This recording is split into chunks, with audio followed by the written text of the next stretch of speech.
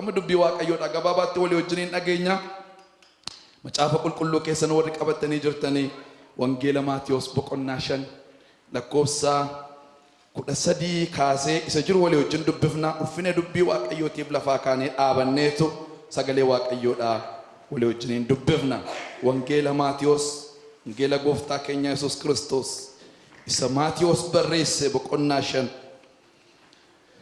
lakkoofsa 13 kaasee hamma 15 isa jiruun dubbisa ergasii booddee Isaayyaas boqonnaa 2 itti fufee dubbisa akkeedha warri baafattan Yesuus itti fufee isin soogidda lafaati soogiddi garuu minyaa yoof keessaa dhabee maaliin deebi'ee mi'eeffamare gadi baafamee gatamee namni irra ejjetee balleessa malee homaa tokkoofuu waa'ee hin baasu isin ifa biyya lafaati mandarri tulluu gubbaatti ijaarame dhokachuu hin danda'u homtinuu ibsaa ibsee guuboo jalaa hin kaa'u baattuu ibsaa irra kaa'a malee ibsichis mana keessa kan jiru hundumaafuu hin ibsaa ameen Isaayyaas boqonnaa 2 lakkoofsa 2 kaasee immoo keedha bara booddeetti tulluun manni qulqullummaan inni kan waaqayyoo irra jiru tulloota hundumaa keessa akkas caalutti jabaatee dhaabbata gaarota hundumaa gararraattis ol hin ka'a sabni lafarraa hundinuu gara isaatti yaa'u sabni lafarraa baay'atanii hin dhufu Xiyoon keessaa seerri Yerusaalem keessaas dubbiin waaqayyoo waan ba'uuf karaa isaa akka nu agarsiisuuf nus daandii isaa irraa akka adeemnuuf kottaa gara tulluu mana waaqayyootti gara mana waaqayyoo isa kan Yaaqoobitti ol hin baanaa hin jedhu mee waldaan waaqayyoo guddisaati ameen hin kadhanna waaqayyoon si galateeffannaa yaa waaqayyo gooftaa waaqarra jiraattu waaqa isa kaleessa turtee isa har'a jirtu isa boriis bara baraan jiraattu barri jiraachuu kee dhumaaf daarii kan hin qabne bara hundumaa keessatti guddaa taatee yaa waaqayyo sodaachisaa kan jiraattu yeroo hundumaa jajamaa lallabamaa himamaa galateeffamaa dhalootatti dabartee kan jiraattu barri atitti keessatti dadhabaa jedhamtee waamamtu kan hin jirre bara hundumaa keessatti jabinni kee beekamee kan dubbatamu siduwwaan waaqayyoodhaaf gooftaa kan taate waaree booda kana si galateeffanna maqaa gooftaa Yesuus Kiristoosiin galanni siif haa ta'u argamuun kee gooftaa gidduu keenya waan jiruuf ulaan bantii waaqayyo nurratti waan banameef ayyaanni kee iddoo kanatti dhangala'aa waan jiruuf qubi kee iddoo kanatti namootatti bubu'aa namoota kakaasaa namoota dammaqsaa waan jirtuuf galgala haara'umsaa galgala addaa waan ta'eef galgalli kun maqaa Yesuus Kiristoosiin bara baraan galanni siif haa ta'u yaa waaqayyo dubbii kee dhaga'uudhaaf fuula kee dhaabannee jirra foonniif dhiigni dubbii kee hiikuu hin danda'u hafuura qulqulluudhaan barreeffame jedhamee caafamee jira hiikisaas waaqayyo hafuura qulqulluudhaan namni dubbii kee akkasii hiikuuf irraan hedduu anis dubbii kee hiikuudhaaf iddoo kana dhaabanne afaan kootti gargaaramtee saba kanatti yoo dubbatteef yaa waaqayyo dhaabadheera dubbiin kee dhowwaa malee maqaa Kiristoosiin waaree booda kana humnaan gidduu keenya haa dhufu humni diinaa humna dubbii keetiin mormu maqaa Yesuus Kiristoosiin kan caccabe haa ta'u iddoo furri qulqulluun jiru iddoo sana bilisummaatu jira jedhamee barreeffamee akkuma jiru namoota hundumaatti birmadummaa guutuun akka itti dhaga'amutti ayyaanni kee hunduma keenya gubbaatti maqaa Kiristoos gooftaatiin dhangala'u galanni siif haa ta'u maqaa gooftaa keenyaa maqaa Yesuus Kiristoosiin ameen waaqayyo isin haa eebbisu taa'a mata dureen irratti dubbadhu magaalaan tulluu gubbaatti ijaaramtee dhokachuu hin dandeessu isa jedhuudhaati sanirraa dubbise wangeela Maatiyos boqonnaa 5 lakkoofsa 13 kaasee amma 15 san dubbise 14 gara dhumaa isheetii agartu kutaan amma dubbadhisan inni hiikinammaa kuni mandaraan tulluu gubbaatti ijaarame faanin garagaraarraa yoo ilaaltanii magaalaan tulluu gubbaatti ijaarame dhokachuu hin danda'u gooftaatu gaararratti ol ba'eetu wangeela Maatiyos boqonnaa 5 wangeela Maatiyos boqonnaa 6 wangeela Maatiyos boqonnaa 7 barsiise yeroo jalqabaaf yeroo xumuraatiif barsiisa dheeraa inni fudhateedha kutaan kun yookaan gaara kanarratti gadi fagoodhaan barsiise kutaan kun sadan handhuura kakuu haaraati jireenyi namootaa jireenyi qulqullootaa jireenyi warra waaqayyoon beekanii warra waaqayyoof adda ba'anii attam ta'uun akka irra jiru kakuu haaraan maal akka inni fakkaatutu gooftaan gadi fageenyaan dubbate.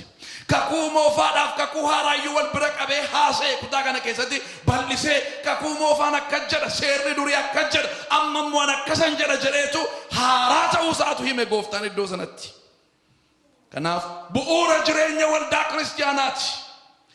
Gaara irratti ol baasee kutaa kanatti dubbatu bartoota isaatti kutaa kana hime.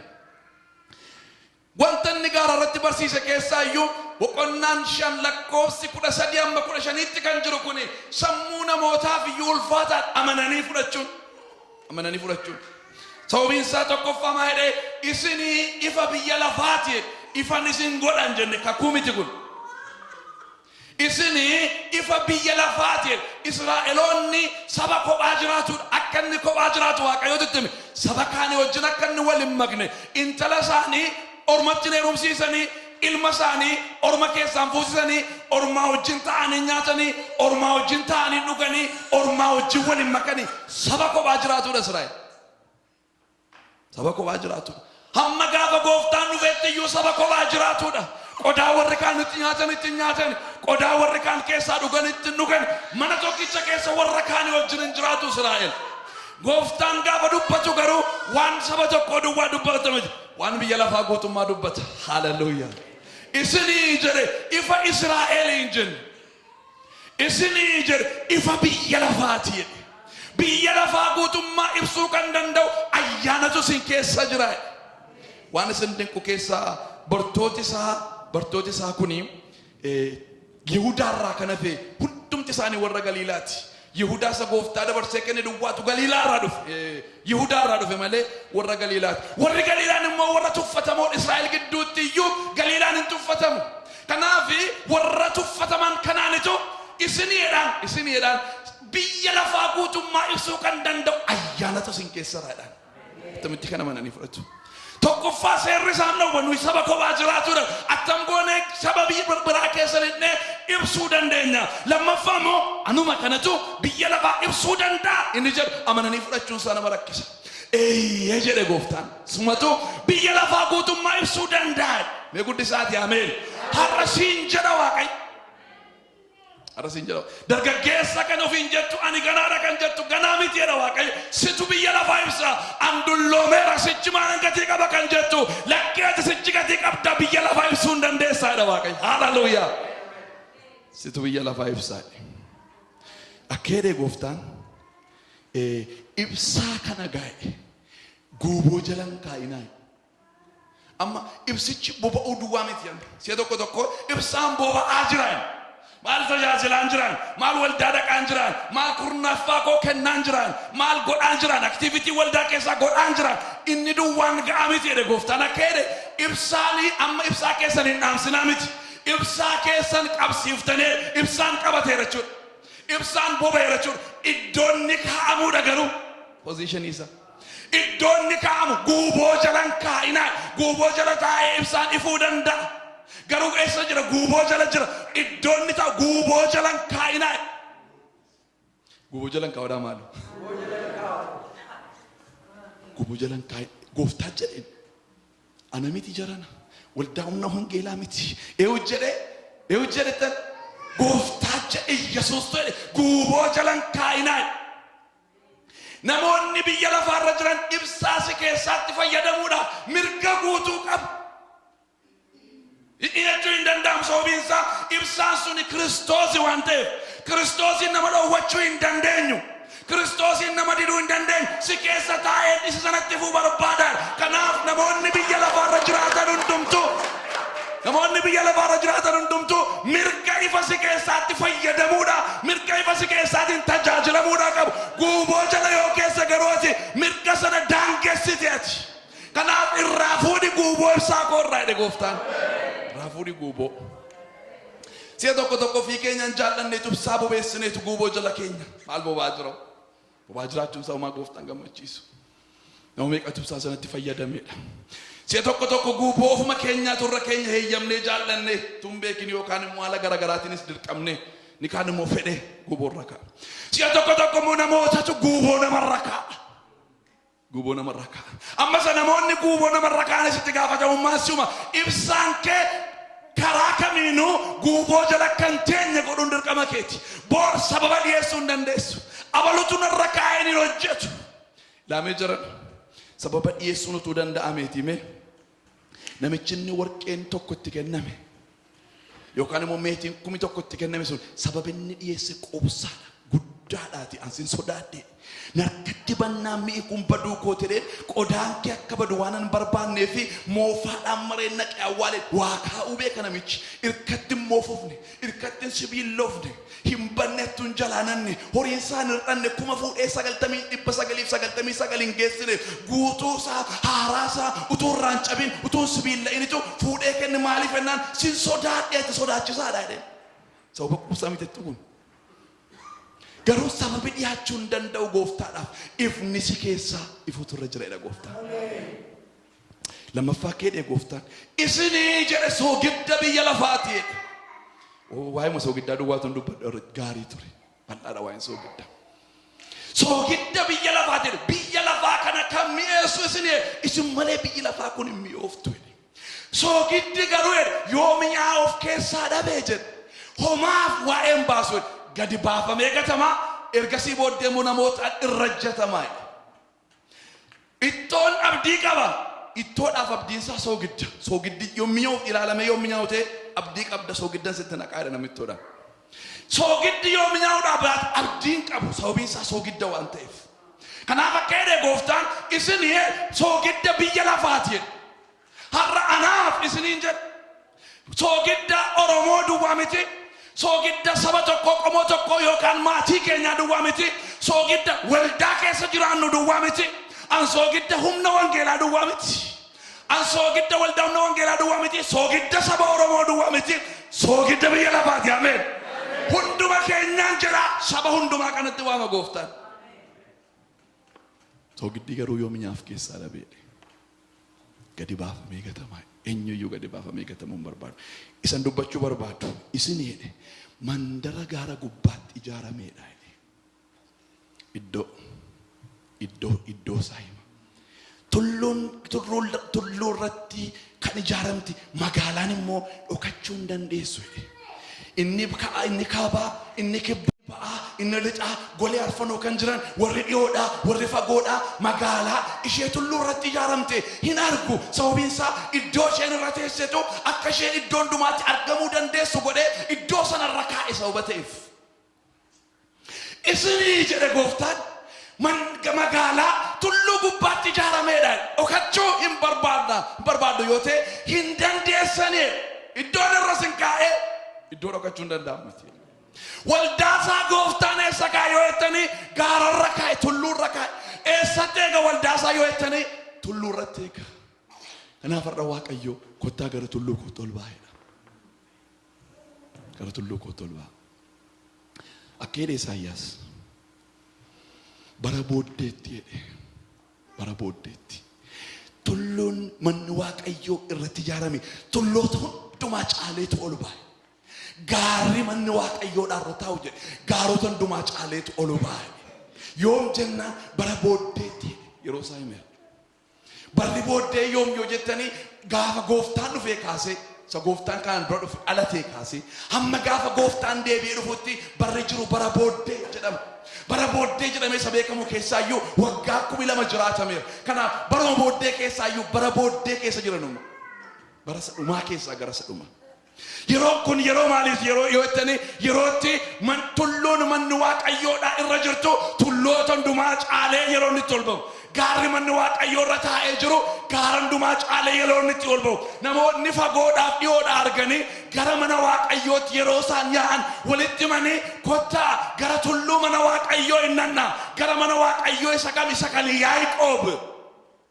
Maaliif achi keessaa dubbii Waaqayyootu ba'a. Achi keessaa seeratu ba'a. Karaa akka inni nutti agarsiisuu fi akka inni wal nu qixxeessuu fi kottaa gara tulluu mana Waaqayyoo isa tulloota hundumaa caalee jirutti gara mana Waaqayyoo isa gara gaarota hundumaa caalee ol ba'e. Har'a gaarri baay'een waldaa dhokseera. Waldaan gaarota gurguddaa naannoo ishee jiraniif mul'achuu dadhabdeetti. Waaqayyoo garuu akka jedha ol ba'a gara gaaraatti ol ba'a gara tulluutti sababiin isaa yeroo isaati. Tulluu irratti waama gooftaan. Tulluu irratti waama. Waan isin dinquu Waaqayyo tulluu waaqa tulloota tulluu irratti hojii hojjeta Waaqa. Gooftaan Yesuus Kiristoos akka amala isaa kadhachuudhaaf gara gaaraatti ol ba'ee jira. Macaafa qulqulluun iddoon itti kadhatu yoo jiraate gaararra dhaabtaa gaararratti ol ba'eetu kadhata. Galgala gaararratti ol ba'ee kadhata. Maaliif iddoo bulutti hin kadhatu? Maaliif mana isaa keessatti hin kadhatu gooftaan? Kadhannaa mana keessatti kadhatamu hin dhaga'u gooftaan. Waaqayyoon dhaga'u. Abbaan isaa hin dhaga'u. Siree isaa irra ciisee yoo inni kadhate, siree isaa bira jilbeenfatee yoo inni kadhate, mana jiraatu keessa jilbeenfatee yoo inni kadhate hin dhaga'u. Maaliif gooftaan galgala gara gaaraatti ol ba'aa kadhataaf? Maaliif ol ba'a? Kadhannaa mana keessatti kadhatu gooftaan hin dhaga'a. Inni garuu kadhannaan deebii argachuu duwwaa miti. Hawwiin gooftaadha. Argamuu Waaqayyoo keessa dhaqanii galuudha. Ulfina Waaqayyoo keessa lixuudha. Waaqayyoo wajjin fuulaa fuulleetti wal arguudha. Inni immoo kan inni mul'atu gaararratti yookaan tulluurratti. Dachaa keessaa harki Waaqayyoo hin dhufa hiikuudhaaf, fayyisuudhaaf, gargaaruudhaaf, waldhaanuudhaaf, jabeessee gara gaaraatti ol baasuudhaaf. Garuu ulfinni Waaqayyoo macaafa qulqulluu yoo ilaaltan dachaa keessatti mul'atu. Argamuun Waaqayyoodha dachaa keessa mul'atu. Harka Waaqayyootu hojii duwwaadhaaf dhaqa. Gojjallaasan dhukkubsataa fayyisuu hin naqa. Seexana hiikuu hin naqa. Dadhabaa jabeessuu hin naqa. Wallaalaa barsiisuu hin naqa. Gara gaaraatti kottaa jechuudhaaf dhaqa. Nyaachisuu isa beelee, obaasuu isa dheeboot, daara baasuu isa daara. Hin naqa. Dhimma keenya nuu guutuudhaaf hin dhufa gooftaan dachaa keessa. Ulfina isaa agarsiisuudhaaf garuu hin dhufu. Ulfina isaa agarsiisuudhaaf gaararra dhaabateetu waama. Kottaadha kanaaf gooftaan waa'een kadhannaa deebii argachuu miti. Waa'ee argamuu Waaqayyoo keessa lixuuti. Akkeeduma macaafa qulqulluun Israa'eloonni harka Waaqayyoo barbaadu. Museen garuu yaada Waaqayyoo barbaada. Harka Waaqayyoo dachaa keessatti nufa. Yaadi Waaqayyoo garuu dachaa keessatti nufu. Nufu yaada Waaqayyoo dachaa keessatti hedduu yoo ta'e hin nufa harkisa. Yaadi isaa garuu hin nufu. Yaada Waaqayyoo warri barbaadani akkeedee Waaqayyoo ol ba'aa gaaratti yaada koonfidee dhufaani. Hallelujah. Yaada koonfidee dhufaani. Akka Musee warri yaada Waaqayyoo barbaadani. Warri yaadi Waaqayyoo ganamaaf galgala dheeri isin beelessa isin neebotni kan beeloftan yaada Waaqayyoo kan neebottan yaada Waaqayyoo dhala koo jira Waaqayyoo ol ba'i gaara gubbaatti yaada koonsi keessa kaa'edha. Galanni isaa kan Waaqayyoo haa ta'u. Gaara irratti ol ba'u. Kanaaf gooftaan gaara irratti ol ba'eetu kadhata yeroo kadhatu. Gaafa fannifame gaara Goligootaa irratti fannifame. Fannoo jiidhaa sana baateetu gaara sana ol ba'e. Sababiin isaa gaara irratti fannifamuudha. Akka inni fannifamu barbaada gooftaan Waaqayyo. Gaara irratti fannifame, gaara irratti du'e. Waan isin dinqu erga du'aa ka'ee booddee bartoota isaa nagaa isa dhumaatti dhaamee gaafa ol ba'uudhaaf jedhee gaara ejersaa irratti ol ba'eetu gaara ejersaa irratti ol fuudhameedha. Dachaa keessaatu ol buta'e miti. Gaara irratti ol ba'ee Waaqayyo gaara irratti mul'achuu barbaada. Ol ba'i jedha waldaa isaatiin Waaqayyo. Ol ba'i. Waan isin dinqu raajii Zakkaariyaasin yoo dubbiftanii gooftaan Yesuus Kiristoos gaafa dhufu miilli isaa gaara ejersaa irra dhaabata. Yeroo dhufu iyyuu yeruma deebi'ee dhufu iyyuu jechuudhaan gaara irra dhaabata miilli isaa dachaa keessa hin dhufu. Ol ba'aa gaara irratti. Hallelujah. Ol ba'aa gaara irratti. Waldaa isaa gaara irratti ol waama Waaqayyo. Waldaa kamiin haa ta'u gaara irratti ol naa bayeedha. Adda si baaseen yaada koo sitti himaa. Ol naa bayeedha Waaqayyo. Kanuu gaara irratti ol baanu barbaada. Maaliif barbaade Waaqayyo? Maaliif gaara sana barbaade Waaqayyo? Seeduun xinnoo seesinii wajjin hirmadha. Tokkoffaa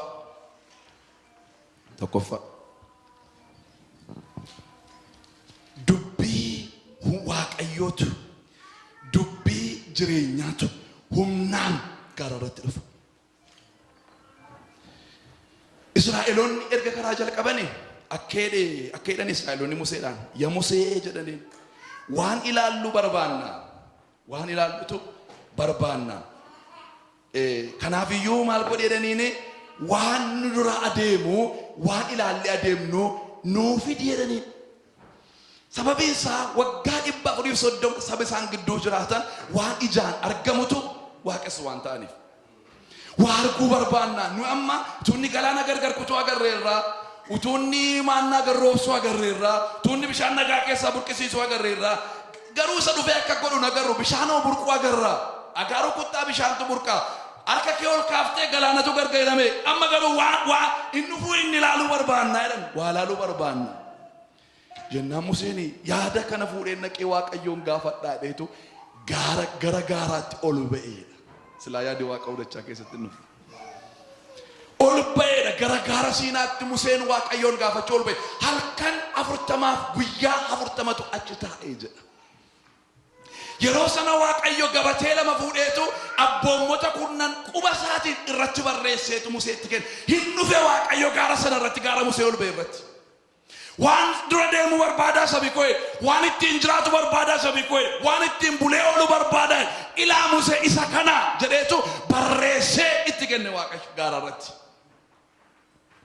abboommi ulfina qabeessana akka Israa'el seera ba'uu boqonnaa 32 irratti Museen hin ture jedhaniin Aarooni Museen hin ture guyyaa 40tu ture eeguu hin danda'an jechuudha kanaafuu jedhaniin gaaffii Museedhaaf dhiyeessan ilaala lamaanuu geggeessaadha ilaala lamaanuu waamamaniiru Musees Waaqayyotu waame Aarooniinis Waaqayyotu waame Museen akka raajiitti dibama akka ergamaatti dibamaadha Aaroon akka lubaatti dibamaadha luba guddaa luba Waaqayyooti gaaffii Museef dhiyeessan waan ilaallu barbaanna jennaanitu maal rakkina maalii qabaree jedheenaan dubartoota keessanitti warqee gurra isaanii harka isaaniitti kan jiru miilla isaaniitti kan jiru amartii isaanii hundumaa yaasaa fida hin hojjenna maarreen Gibxitti guddadhe miti beekaan akkatti warri Gibxi suni hojjetane beekaan luba Waaqayyooti gaararratti ol ba'uu hin beeku gaararratti ol baanii Waaqayyoon eegu gaararratti ol baanii Waaqayyoon dhaggeeffachuu maanni yaadi kee Waaqayyoon jechuu sabi kana jedhee ati immoo maal jettaa jedhee Waaqayyoon akka Musee dhaggeeffachuu hin beeku Aaroon garuu geggeessaa kanaaf hin hojjete jabbii hojjetanii ilaamee yaa Israa'el jedhe Aaroon na dinqiyanaan baay'ee inni Gibxii si baase inni galaana diimaa gargar kutee ilaa isa kanaa dheeni innanitu Israa'eli hiniyer hinililcher hinsirbe nyaata guddaa nyaatane ayyaana guddaa ayyaaneffatane itti sole sabat harmee balurraa ba'ee dhufe isinii galeera ijoollee durbaa isaan irraa haadha maloota irraa ba'ee dhufe achumatti tumaniitu tuma isaan ilaalanii tumanii hojjetanii kaanii lafa kaanii xululasanii kanaaf jennaan eeyyee isaa jedhan nama gammachiisuu miti jarana wanti isaa namooti baay'een irratti walii galuu miti namooti baay'een fudhachuu miti namooti baay'een simachuu miti jiraayii Waaqayyo kana keessa jedhanii Waaqayyoon ilaalu akkeedee Waaqayyo Museedhaan sabii ati biyya Gibxii baaftee manca'eedhe ariifatee karaarraa goree dhaqii gadi bu'e Museen akkeedee sagaleen dhagaa godadachaa Israa'eloonni jiran yennaani Iyyaasuun tarii diina mo'ate sagalee mo'ichaati Iyyaasuun waa adda baasuun beektu fakkaata jennaan akkeedee Museen sagalee mo'ichaa miti kunidhe sagalee sirbaati sagalee mo'ichaa miti sagalee maaliiti jedhe sagalee sirbaati sirba karaarraa ce'edha kun jedhe isa booddee achitti gadi bu'ee sana diigee amma si'a lammaffaa sana waan caccabseef Museen fuudhuudhaaf gara gaaraatti deebi'ee ol ba'e akka osii yaabbisu si'a lammaffaa fuudhuudhaaf sababiin isaan kennu Waaqayyo dachaa keessatti kennu Waaqayyo godhatti waan ta'eef amma si'a lammaffaa gatii guddaa baase si'a lammaffaa agabuu bulee si'a lammaffaa agabuu oolee Waaqayyo harkaa fuudhuudhaaf gara gaaraatti deebi'ee ol ba'e Musee erga sabicha sirreessee karaarra buusee booddee gaara irratti Waaqayyo mul'ata gaara irratti Waaqayyo dubbisaa kenna maqaan Waaqayyoodhaa bara baraan kan eebbifame haa ta'u seera ba'uu 24 akkeedha nan dubbisa kutaa san seera ba'uu 24 seera ba'uu 24 akkeedhu lakkoofsi 18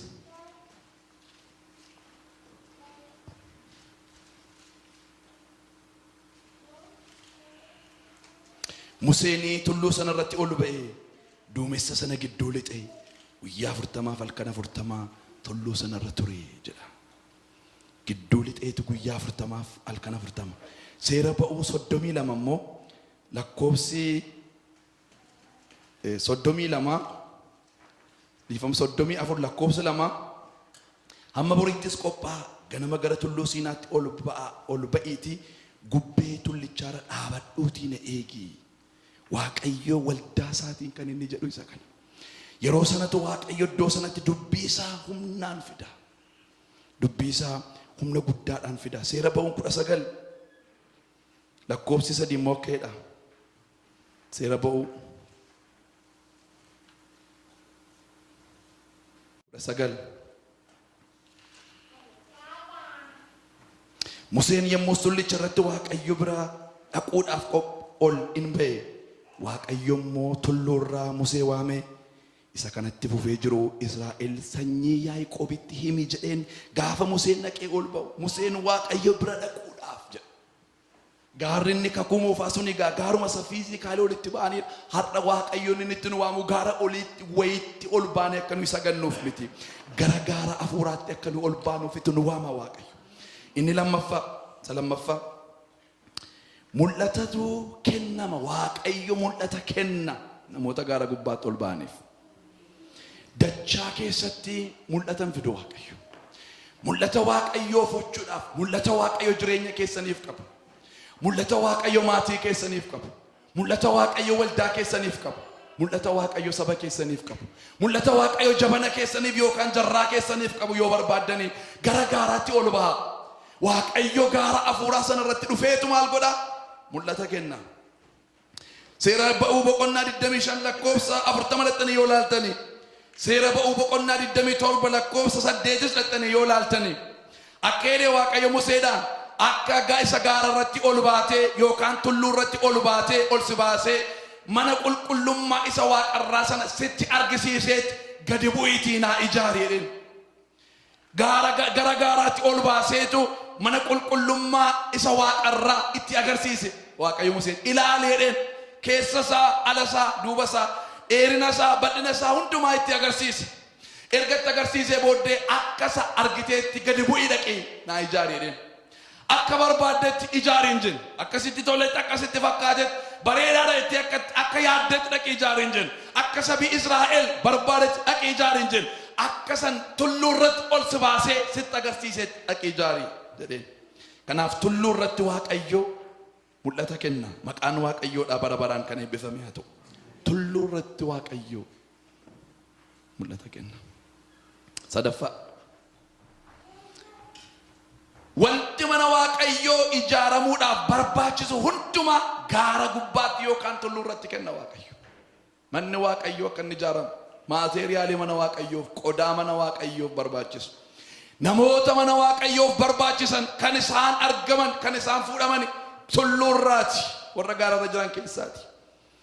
Agee boqonnaa 1 irra dhattanii yoo laaltanii akkeedee Waaqayyo raajicha Ageedhaan ka'aa gara gaaraatti ol ba'aa muka muraa ergasii booddee immoo mana koo ijaaraa. Yerootti manni Waaqayyoo ijaaramu miti jedhan isaa. Yeroodha jedhe garuu Waaqayyo yeroodha. Isan keessanii ijaarrattanii mana uwwifattanii keessa teessu. Ankoof garuu yeroo miti jettanii garuu yeroodha. Kanaaf maal godhaa jedhee gara gaaraatti ol ba'aatii muka muraa muka iddoo barbaaddanii fidaa hin jenne Waaqayyo. Muka iddoo barbaaddanii bosonuma tokkotti lixaatii muka muraatii fidaa hin jenne Waaqayyo. Manni koo jedhe Waaqayyo muka gaara irratti biqilee guddateenitu ijaaramaati. Gara gaaraatti ol ba'an. Gaaraatti ol ba'uun ulfaataa. Erga ol ba'an immoo muka muranii muka baatanii irraan gadee gaara sanaa gadi bu'uun immoo salphaa miti. Hamma ulfaataa ta'u malee manni koo jedhe Waaqayyo kan inni ijaaramu muka gaara irratti biqilee gaara irratti guddateetinitu ijaaramaati. Gara gaaraatti ol ba'a muka muraa fidaati mana koo ijaaraa. Wanti mana Waaqayyoof barbaachisu tulluu sanarraa argama. Guddisaati ameen. Tulluu sanarraa argama. Akkeedee Waaqayyo biraamiin seera uumamaa boqonnaa 22 irratti Abrahaamiin qoree ilaaluu barbaadeetudha. Ilma kee isa jaallatu tokkicha ilma kee isa jaallatu waa'ee ilma isaatii iyyuu jaalala ilmaaf isa gidduu yeroo Waaqayyootti hima. Tokkicha ilma kee jira. Isin galee isa jaallattu ilma kee isa mararsiifattu ilma kee Yisihaaqiin jira Waaqayyo. dhaqii biyya Mooriyaa dhaqiitii gaaran sitti agarsiisu gubbaatti qalii aarsaa naa dhiyeessi jedhe.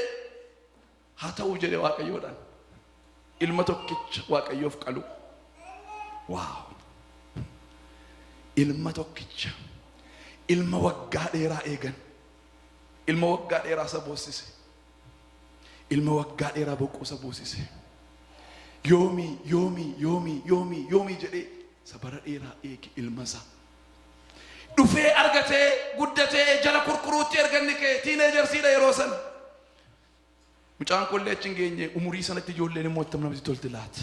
Silaa umurii isaaniitti namatti tolaa deemu gaafa dhalatanii kaasanii.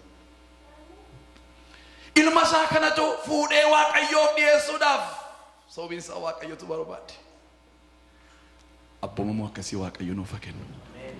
Garaa murannaa akkasii erga Waaqayyo barbaade, erga Waaqayyo jaallate, erga Waaqayyo kanaaf na waame, erga Waaqayyo kanaaf na fo'ate, erga Waaqayyo kanaaf na barbaade. Saaraayyuu na eeyyamsiifne wangeelli jaranaa mari'atanii miti. Wangeelli mari'atanii miti. Wangeelli waa'ee lubbuuti. Wangeelli waa'ee lubbuuti. Akka goonuu jeeni walgahii waamanii miti wangeelli waa'ee lubbuuti dhimma dhuunfaati. Gaafa inni Damaasqootti natti mul'ate fooniif dhiigaan hin mari'anne an jedhe Phaawulos. Hinuman deeme ilaalaa nama ergaa fudhatee adeemaa jiruudha. Hidhuudhaaf, balleessuudhaaf, diiguudhaaf achi deebi'ee illee itti muuturra ture. Ilaa jiran akkas ture natti mul'ate. Hiikuu hin deebi'u iddoo sanatti sababiin isaa waan Waaqarratti natti mul'atee fi giduu hin danda'u jedhe fooniif dhiigaan hin mari'adhu. Taa'ee yuutti yaadee amma Waaqaan godhamoo nan dhiisaa hin jenne Phaawulos. Ofiinuun mari'atanii jiran isa kan Waaqayyoodha. Ofiinuun mari'atanii. Hin baasamoo hin baasu bizinesa miti wanti isaa. Hin baasamoo hin baasu bu'aan qabu namatti tolamoo namatti hin tolu jedhanii ilaalanii shallaganii ol baasanii gabbuusanii miti. Waaqarraa mul'ate taanaan ameen jeeni duukaa deemuudha. Haaleluyyaa! Ilma isaa qaluudhaaf Abrahaam. Ilma isaa ijoollee 20 qabaate tokko keessaa qalametti 20 yoo taate maal ijoolleedhuma. Haa ta'u malee tokkittiima qabanne tokkittiima kenneef Waaqayyo. Tokkittiima naa laatteedha ishee mana gaafatteedha. Maal kakuunattam taadhee illee namni gaafatu toona ta'ee abshaala fakkaatan Abrahaam caalaa kakuunatti galtee waliin gaafadhatanii yoo xinnaate. Yoon mucaa kana qalee isa booddee kakuunoo namichi sarara darbee argeera. Yoon Abrahaam yoon Yisihaaqiin qaleeyyuu ergan qalee cincessee Waaqayyo erga urgeeffatee booddee daaraa sana keessa shukki godhee toli intalli kun kaasa. Yisihaaqiin kun kaasa sababiin isaa erga gadameessa gogaa gadameessa du'aa keessaa Yisihaaqiin baasuu danda'e. Har'a immoo erga Yisihaaq du'ee booddee kaasuu maaltu isa dhowwaa jedheetu amana Waaqayyoon. Haaleluyyaa! Akka itti Waaqayyoon amana Abrahaam. Amantii akkasii nurratti gadhiisi gooftaa. Akka itti amana. Kanaaf yeroo waan isin dinqu yeroo hojjetoota isaatti hojjetoota lama fuudhee dhaqee isaaniin harreedhaa hojjina suma taa'eetu Yisihaaqii hojjina ol ba'e. Maal jedhu hojjetootaanii aniif ilmi koo Yisihaaqii dhannee aarsaa dhiyeessinee deebinaadha malee Yisihaaqiin qaleen achitti gatee dhufaa hin jenne. Haaleluyyaa! Nama amantii dhannee aarsaa dhiyeessinee deebinaadha. Egaan ilma kee naa kenneedha. Ilma kee gaafa naa kenneedha biyya isaatti mee gaara isaatti mee gaara sitti agarsiisu irratti gaara barbaadde gubbaa yaabdeen qaliina. Gaaran sitti agarsiisu maaloo jaranaa bara kana Waaqayyoon dhaggeeffadha. Obboleessi keenya ifaan sagalee baay'eetu jirachaa ture yeroo kadhannaa jalqabe. Sagalee baay'eetu jira. Oduu baay'eetu jira. Wanta haasamu wanta dhagahamu baay'ee jira. Isa keessa darbaati Waaqayyoon dhaggeeffadhaa maaloo. Gaara Waaqayyoo bira ga'eedha. Lafa Waaqayyootti hin jedhe Abrahaam ga'eedha. Achi ga'ee iddoo aarsaa ijaareetu Yisihaaqiin kottu Yisihaaqee har'a hoolaan Waaqayyo barbaadu suma naani kunooti hin jedhe Yisihaaqis. Haaleluyyaa! Kunooti qalamuudhaaf moo dargaggeessa ijoolleen dargaggeessi maal attamitti qalamti? Na qalama maaliif ishatu barbaade sa Waaqaaf lafa uumetu aarsaa godhatee na barbaade har'a Waaqayyo hoolaa miti na barbaade aarsaan Waaqayyoof ta'uu barbaade. Akeeree Phaawulosi nanna keessani qalma jiraataa godhaa Waaqayyoof dhiyeessaadha. Aarsaa Waaqayyooti nuyi. Haaleluyyaa! Aarsaa warri taatanii gammadaa Waaqayyootti. Aarsaa Waaqayyoo gaara sanarra gahe yeroo inni qaluudhaaf fidhee haadoor fudhatu Waaqayyoo Abrahaam jedhe ilma kee homaan godhini jedhe hoolaan aarsaadhaa kunnootti jedhe. Gaara sanarratti yoo ol baatanii aarsaadhaaf kan barbaachisu achi jira. gaara barbaadan irra dhaabattanii dachaa keessa dhaabattanii beerreen inni Waaqayyo jedhe yoo ittanii hin jiru inni Waaqayyo jedhe inni Waaqayyo jedhe tulluu irratti qophaa'ee jira. Inni Waaqayyo jedhe inni Waaqayyo jedhe tulluu irratti qophaa'ee jira. Aarsaa tulluu irratti hoolaa tulluu irratti guddate barbaada Waaqayyo. Kan qalamuuf hoolaa tulluu irratti guddatetu fuunfachuu barbaada Waaqayyo. Hoolaa mabdoo barbaannee qabneef hin namiti.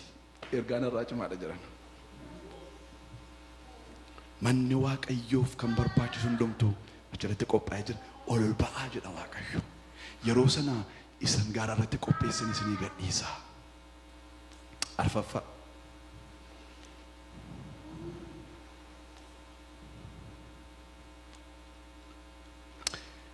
Akkuma sila jedhee ulfina Waaqayyootu mul'ata gaara irratti. Museedhaan akkeedhe guyyaa 3 Israa'eliin qopheessi jedhe. Ergasii booddee gara gaara Siinaatti naanna'u sabichee namni tokko gaaricha irratti immoo hin jedhe. Museetti immoo gara gaaraatti ol ba'e jedhe. Ani immoo ulfina kootiinanii dhufee iddoo sanatti mul'adha jedhe.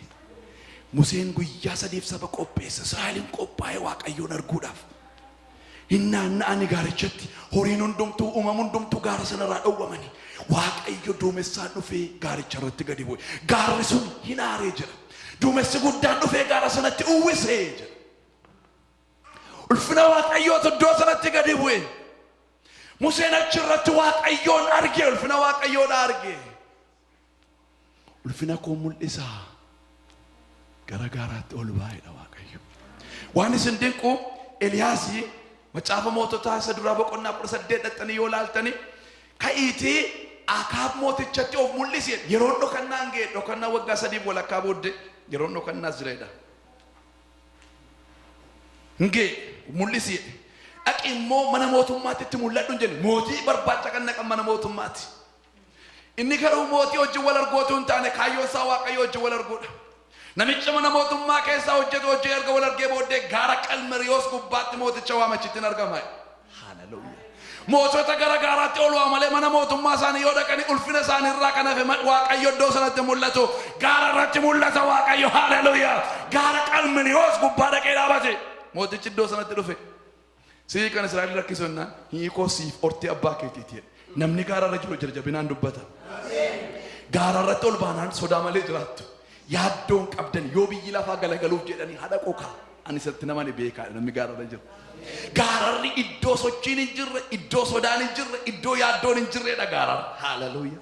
Gaararra waan isin dinqumee gaara qabattanii ennaan diinattuun sodaatiin jiraat sababiin isaa diinni akkasin gaaratti ol hin baane gaaratti ol baanaanii diinni iddoo isaa jira argu. Golee arfaniin kan jiru arguu hin danda'ama. Isa ol foqoqaa jiru diina sumaa gadi rukutu. Kanaafi akkasin gaaran qabanne barbaada. La Waaqayyo gaara tol naa baadhe. Ameen. Gaara tol naa baadhe. Dhaqee achirratti ol ba'ee sii fi hortee abbaa keetiiti. Raajotii Ba'aaliif 450, raajotii Ashtaartiidha 400, yoo xinnaat raajiin 850 iddoo sanatti naanna'an. Mootichi iddoo sana dhaabata. Mootiin biyya bulchu. Eliyaas qowaasaa iddoo sana jira. Inni hundumaa danda'u Waaqayyo immoo isa duukaa ture. Yeroo Waaqayyo abiddaan mul'atu hundumti isaanii addaan lafa dha'anii gaara irratti ol ba'a. Abiddaan mul'ata Waaqayyo. Raajota sana hundumaa heeyyama mootichaa malee raajota mootichaa billaadhaan isaan qalee qalmoo dhiisu hin jiru gaaffiin akkasii. Yeroon kan Waaqayyooti. Humni kan Waaqayyooti. Waan isin dinqu keessaa namni gootii akkasii Eliyaas. Raajota 850 sana qabaanetu tokko nambisin akka tokko isheen baanetti rukutaa rukuchiisee qalchiisee dhumanii raajonni sobduun. Ulfinni guddaan achitti mul'ate. Mootichaan amma gaa fiigiiti mana keetti galee bokkaa guddaa turoo baay'ee galee booddee gaara sanarra jilbeenfateetu Waaqayyo bokkaa akka roobsuuf kadhate. Bokkaan waggaa 3 walakkaa caamee ture gaafa sana roobe. Bokkaa guddaatu. Hojiin kun hundumtuutti hojjetameetu gaaricha irraa gadi bu'e. Xalaa dhumti waa'een baafne tokko dhufte. Elzaabel bira. Akka warra kaleessa ati fixxe yoon si godhuu baadhee waaqni abbaa kootiin atta faradu itti. Sin ajjeesaatti. Xalaama kan dhageetu leenci kaleessa raafamuutti keessa obiinsaa gaararraa gadi bu'ee ka. inni akaabii mooticha dura dhaabatee nama qalu kaleessa har'a xalaa tokko imeelii moo tokkotu lafa sin jalaa raasaa jira. Text message moo tokkotu sodaachisaa jira. Oduma naannootu sirraasaa jira. Gaarratti ol baa yeroo sana Waaqayyo sinnaa baha. Hallelujah. In sodaate ani bakka biyya gadhiiseen deema. Baarutti kee silaawun waiting galu Eliyaas silaawun gatiin qabu. Maali urran caalaa nama in kaasega abboota isaa kaasee abulu duumoo maanni na ajjeese akkanaan hin geeddarame abiddaa mul'adhuun kaleessaa feetu na ajjeese na nageena wallaasoon Elzaabeelii hojjiree hin geeddaramtu dubartii kana wajjin maaltu rakkisee bokkaan caamee gogiin ta'e hin geeddaramtu bokkaan roobee hin geeddaramtu abiddi waaqarraa gadi bu'ee hin geeddaramtu raajonni ishee dhumanii hin geeddaramtu maal amma yoomittan dubartii kana wajjin wallaasoo wal qabaa'e jireenyi koo kan argatee na ajjeese naan jedhu baarutti kee raajin Waaqayyoodha. Ol deebii gaaratti warra of abaaraartan ol deebi'aa gaaratti ay Waaqayyo dachaa keetti silaa namatti hin dubbatu calluma dheedhiise Eliyaasa jedhee akka gaafa inni dadhabee ciisutu mee nyaadhu jedhe buddeenii fida godhetti dachaa kee bishaaniin fida irra fe'amas nyaatee namicha nana ka'ee kan rukutu moo hin rukuta dhufe dachaa keessatti hin mul'atu garuu hin dubbatu garuu. Hine eegatu Eliyaasin deebii Eliyaasin jedhu maal hin dubbatu kadhachaa ka'etti posiishinii natti irra dhaabatteertu Waaqoo dubbachuuf dhiisuudhaan murteessaadha. Beerree sagalee Waaqoon jedhe iddoon taane dhaabattee miixatee dhumatu guyyaa 40 booddee lafa gaara Waaqayyoo ga'e. Waaqayyo kee Eliyaas ol ba'iin roggee gaara dhaabadhu dhufee sitti mul'adha. Hallelujah.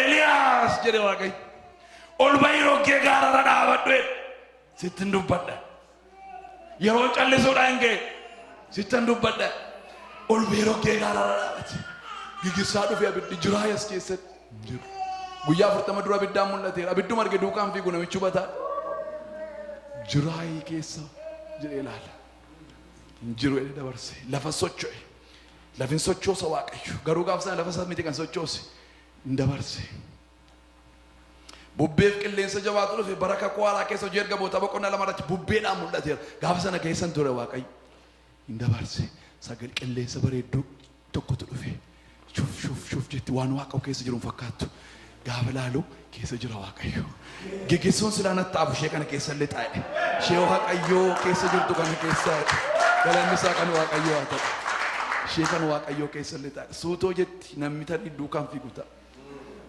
Gigisuu baay'een qabu lafa sochoosuu baay'een qabu abidda gadi buusuu baay'een qabu maalan godhan isa Waaqayyo keessa lixeeraadhe Waaqayyo duukaatti godhe wantichatti galanni isaa kan Waaqayyo haa ta'u maqaan Waaqayyo bara baraan eebbifamu gaara ulfinaatti gaara irratti yoo ol baane Waaqayyo ulfina isaa mul'isa gaara irratti akka nuyi ol baanutu barbaada firoota koo Waaqayyo sadhumaa isinitti meen raawwadha shanaffaa gaararra yeroo hundumaa mo'ichatu jira.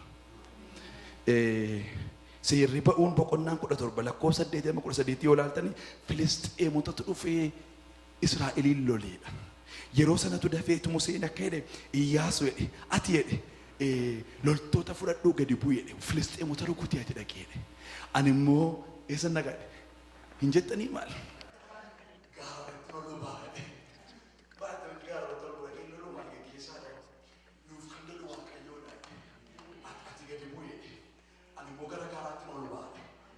Waaqayyoon dhaggeeffadhaa waan inni jedhu jedhe harka Waaqayyoon naqee sosochoosaa jedhe humna Waaqayyoon naqee gadi buusaa jedhe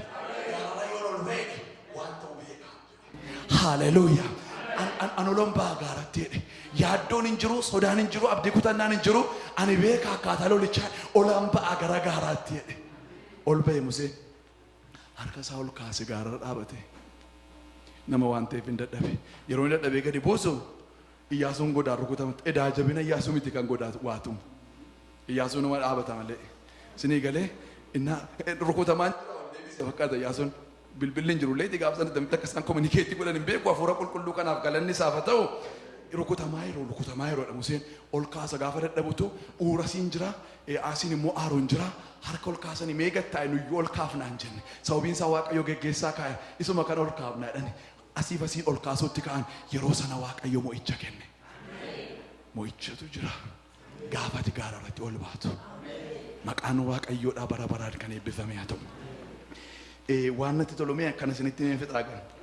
Toominyaa'u macaafa Saamu'eel isa lammaffaa boqonnaa 15 lakkoofsa 13 yoo ilaaltanii Daawit erga inni mootummaa ho'ifatee qabatee biyyi nagaa ta'e wanti hundumtuu tola qabatee booddee ilmi isaa Abshiloom mootummaa irraa galagalchuudhaaf ka'e. Sinii galee akkaataa salphaatti immoo argate sababiin isaa ilmatti wanti hundumtuu mul'ataadha miti.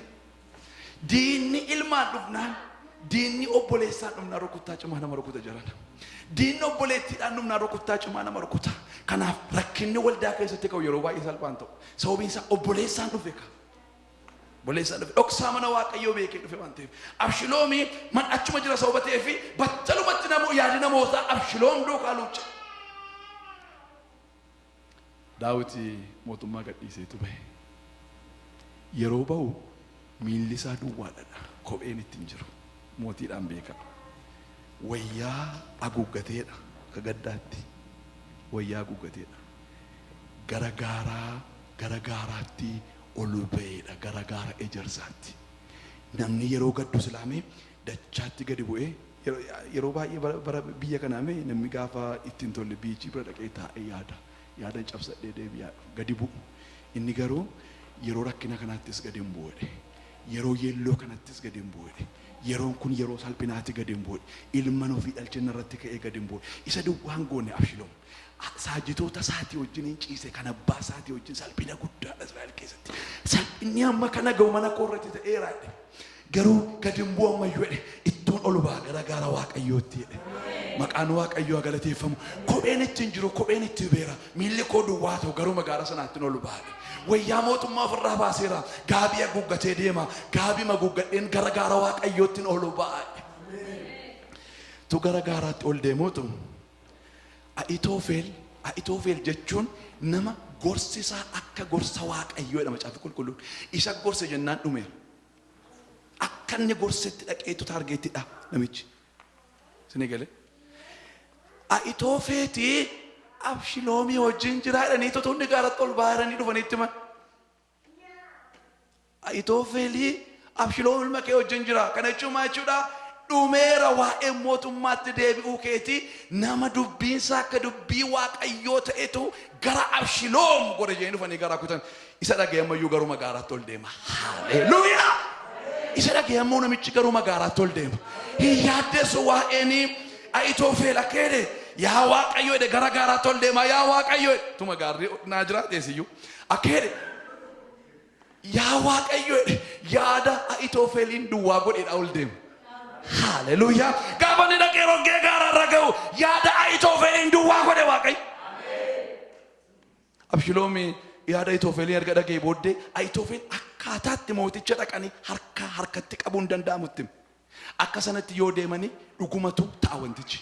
Garuu isa kan erga harkaa fudhatee booddee Abshiloom nama biraa immoo gaafa gorsa gaafatu inni immoo wanti Abshiloom jedhe kun gaarii miti jedheetu yaada ittiin Daawit qabuu hin dandeenye lafa kaa'e immoo Daawittu ergate jechitti waan ta'eef. Isa kan Ahitoofel dhiiseetu isa kana fudhate kanaaf wantichi duwwaa ta'e. Akka Ahitoofel gaafa sana yeroo jalqabaatiif jireenya isaa keessatti yeroo jalqabaatiif namni san dhagee. Kanaaf qaa godhee dhaqee of ajjeese. Yeroo hundumaa dhagaamuun ni dabalaadha. Maalumaaf Abshiloom dhageen jedhee finyoo fudhateetu qaa. Nama tokkitti isa dhagee yeroo jalqabaatiif jireenya isaa keessatti. Sababii namni hin dhageenyeef hin jiraadhu jedheetu bakka doonaa wayya jedhee dhaqee of ajjeese. Yeroo hundumaa namni nu dhageen Waaqayyoon na dhagawame. Namni yeroo hundumaa sin dhaga'uun balaa irra sin buusa. Gaara irratti ol ba'e. Gaafa yeroo gaara irra dhaabatu maree jal'ootaa Waaqayyo duwwaa godhe. Mo'icha fide Waaqayyo. Daawitiin deebi'ee tulfinatti deebise Waaqayyo. Kophee sana deebi'eetti kaa'e. Uffata mootummaa isaa deebi'eetti uwwise. Iddoo sanatti deebi'eetu Waaqayyo isa deebise. Ilma loluun illee ulfaataadha. Waaqayyotu lole inni daddee ilma isaa lolu waan ta'eef. Tamitti ilma lolu. Ilmaaf abbaa gidduudhaa Waaqayyo lolaa kaasu. Boloota gidduudhaa Waaqayyo lolaa kaasu. Bara nagaa Waaqayyo fidu firoota ko. Maqaan Waaqayyo bara baraan eebbifamu. Ergaan koo gabaabaadha. Mandaraan gaara gubbaatti ijaaramte dhokachuu hin dandeessu. Waaqayyo akkati mul'attu barbaada. kaayyoon waaqayyoo si mul'isuu miti ayyaanni si keessaa akka inni mul'atu barbaada. Iddoon ati jirtu ayyaanicha mul'isa. Iddoon ati jirtu ayyaanicha mul'isa. Posiishiniin baay'ee barbaachisaa. Iddoon ati jirtu ayyaanicha mul'isa. Ayyaanni si keessaa mul'ataan jiru yoo ta'e waaqayyo si gaafata. Namni ayyaana si keessaaf hin gaafatamu. Geggeessitoonni hin gaafataman ta'a. Gaafa yoo gaafataman likkii itti gaafataman qabu. Caalaa kan itti gaafatamusi. Ayyaanni si keessaa iddoo mul'achuu danda'u jira. Ibsaan sun iddoo ifuu danda'u jira. Soogiddi sun iddoo mi'aawuu danda'u jira. Akkeedha Efesoon boqonnaan 3:10 waldaa isaatiin ogummaan waaqayyoon ni dachaa baay'ee qabu warra aangoo qabu jedhamanii bantii waaqaa keessa jiranitti akka mul'atu barbaada. Ogummaan waaqayyoon ni meeqa? Inni dachaa baay'ee qabu karaa eessaa mul'ata? Karaa waldaa isaatii mul'ata. Waldaan iddootti mul'attu hin jirtu yoo taate ogummaan waaqayyoon ni dachaa baay'ee qabu sun mul'achuudhaaf hin danqama. Kanaaf waaqayyo waldaa isaa iddoo sanarra kaa'eetu dachaa baay'ee isa qabu ogummaa isaa sana isa gadi fagoo jaalala isaa isa qixxee hin qabne sana agarsiisuu barbaada. Yoomi gaafa waldaan isaa gaara irratti ol baatu, gaafa sabi isaa gaara irratti ol ba'u, gaafati waaqayyoof gaara irratti ol baatu. Kanaaf ergaan wangeelaa galgala kanaa gabaabaadha. Gara tulluu waaqayyootti ol ba'a. Mee guddisaatii waldaan waaqayyoo ameen. Galataa garaa keessa itti dabaleen dhiyeessa. Galataa garaa keessa itti dabaleen dhiyeessa. Faarfannaa garaa keessa itti dabaleen dhiyeessa. Faarfannaa garaa keessa.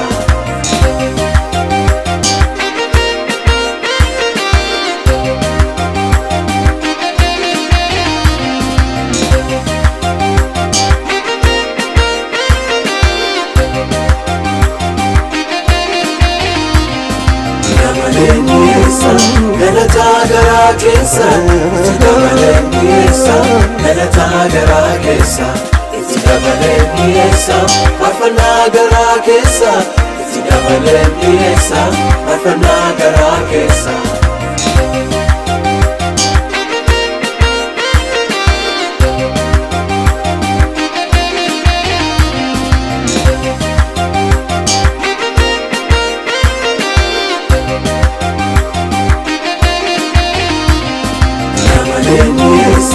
Galataa garaa keessa itti dabaleen dhiyeessa. Galataa garaa keessa itti dabaleen dhiyeessa. Faarfannaa garaa keessa itti dabaleen dhiyeessa. Faarfannaa garaa keessa.